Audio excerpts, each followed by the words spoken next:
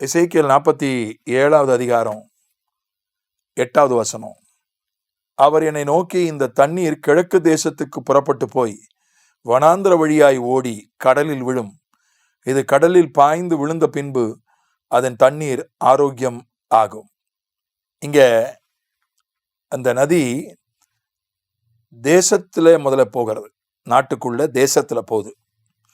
மக்களுக்கெல்லாம் குடி தண்ணீர், விவசாயம் எல்லாவற்றுக்கும் உதவி செய்கிற ஒரு கருவியாக அந்த நதி ஓடுகிறது. அதுக்கப்புறம் வனாந்திர வழியாக ஓடுகிறது, பாலைவனத்தின் வழியாக இந்த ஆறு ஓடுகிறது. இந்த தீர்க்க தரிசனம் 1000 வருஷ அரசாட்சிக்குரிய ஒரு தீர்க்க தரிசனம். 1000 வருஷ அரசாட்சியில வனாந்திரங்கள் எல்லாம் அது நல்ல நிலமாக மாறும் என்று ஏசாயா 35 நம்ம வாசிக்கிறோம். அது செழிப்பான ஒரு நிலமாக மாறும். வனாந்திரமும் வறண்ட நிலமும் மகிழ்ந்து கடுவழி கழித்து புஷ்பத்தை போல செழிக்கும். வனாந்திரம் வறண்ட நிலம் செழிக்கும், மகிழும் என்று சொல்லப்பட்டிருக்கிறது. 1000 வருஷ அரசாட்சியில் ஆண்டவர் எல்லா வனாந்திரங்களையும் செழிப்பான நிலமாக மாற்றுகிறார். அதுக்கப்புறம் அந்த நதி எங்க போகுதுன்னா கடல்ல போய் விழுது. இப்போ கடல்ல போய் விழும்போது அதன் தண்ணீர் ஆரோக்கியமாகும். 1000 வருஷம் ஏசுநாதர் இந்த பழைய பூமியை ஆட்சி பண்ண போறார். இதே பழைய பூமி சபிக்கப்பட்ட பூமி. ஆனா அதை எப்படி மாற்றுவார் பாருங்க. வனாந்திரத்துல ஆறுகளை உண்டாக்கி அதை செழிப்பான பூமியாய் மாற்றுகிறார். கடல் உப்பு தண்ணிய அதை என்ன செய்கிறார், இந்த ஆறு போய் தேவ ஆலயத்திலிருந்து புறப்படுகிற ஆறு போய் கடல்ல விழுந்தவன கடல் தண்ணி ஆரோக்கியமான தண்ணியாய் மாறுகிறது. கடல் தண்ணி ஒரு மற்ற நல்ல தண்ணீரை போல அது பயன்படாது. கடல் தண்ணீர் போக்குவரத்துக்கு பயன்படுகிறது, மீன்கள் போன்ற வளங்கள் எல்லாம் அங்கே இருக்கின்றன என்பது உண்மைதான். ஆனால் ஒரு ஆற்று தண்ணியை போல, ஒரு மழை தண்ணீரை போல அதை குடிக்கவோ விவசாயத்துக்கோ பயன்படுத்த முடியாது. ஆனால் 1000 வருஷ அரசாட்சியில் ஆண்டவர் கடல் தண்ணிய நல்ல தண்ணியா மாத்துறார். புதிய பூமியில கடலே இருக்காது, அது புதிய பூமி, அது நித்திய ராஜ்யம். இது 1000 வருஷ அரசாட்சி. இதுல கடல் தண்ணிய நல்ல தண்ணியா மாத்துறாரு. ஒரு ஆறை அனுப்பி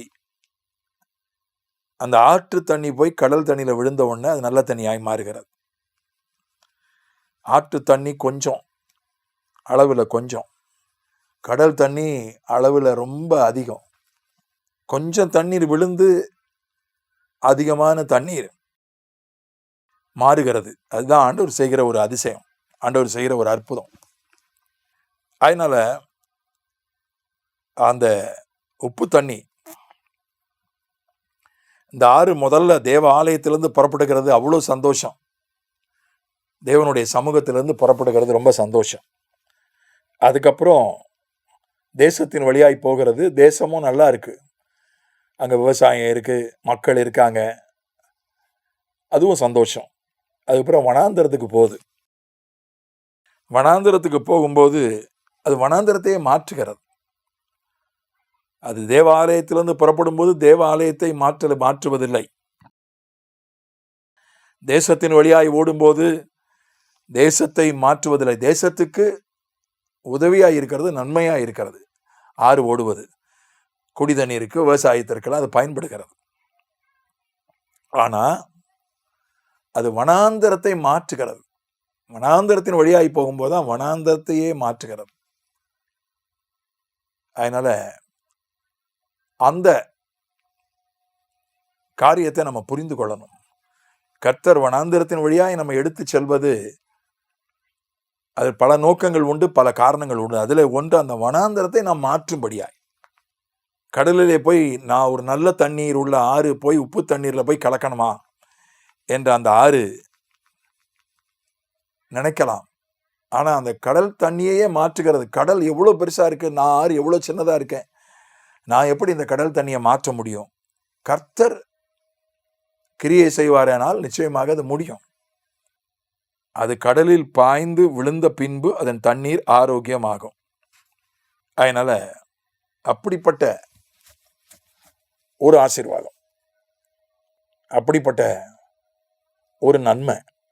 அதனால ஆண்டவர் நம்மை ஒரு வறண்ட இடங்களை மாற்றும்படியாக, கடல் போன்ற பெரிய காரியங்களை மாற்றும்படியாக, பெரிய அளவிலே ஒரு மாற்றத்தை உண்டு பண்ணும்படியாக ஆண்டவர் நம்மை அழைத்திருக்கிறார். நதியாக நம்மை அழைத்திருக்கிறார். ஆண்டவருடைய சமூகத்திலிருந்து புறப்பட்டு செல்வோம். ஆமென்.